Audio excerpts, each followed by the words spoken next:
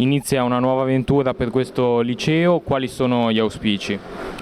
Ma io mi auguro che davvero questa, che ritengo essere una sfida, è una sfida che possa riuscire vincente, soprattutto nella crescita di questi ragazzi che hanno creduto in questo progetto che la diocesi ha fortemente voluto e sostenuto.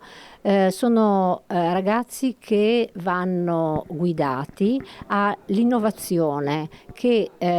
proseguirà all'interno del quinquennio, soprattutto incentrata su 3 filiere: sulla filiera delle nuove tecnologie, che abbiamo previsto come flessibilità proprio come materia a sé stante nel primo e nel secondo biennio, sulla filiera del potenziamento dell'insegnamento della lingua straniera, proprio cercando di coltivare la guida, una certificazione per questi ragazzi. E poi la terza filiera che riguarda gli aspetti di rapporti forti con il territorio, sia con tutto quello che sono le società sportive, sperando naturalmente, auspicando che le associazioni siano disponibili a intessere con la scuola delle collaborazioni, e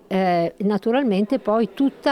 il ventaglio delle aziende. Ci sono tanti bei presupposti che fanno pensare. I ragazzi, una parte sono quelli che continuano, ci sono quelli nuovi, certamente dovrà svilupparsi ulteriormente come numeri, e i ragazzi stessi con i loro risultati o la loro capacità di aggregazione dovranno aiutare altri, perché con i numeri bassi diventa un'impresa, ecco, sostenerla economicamente. Però anche lì c'è chi ci ha creduto, e soprattutto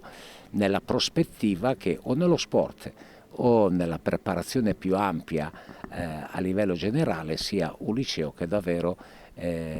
fornisca o un'entrata all'università certa ed efficace, o altrettanto un ingresso nel mondo del lavoro.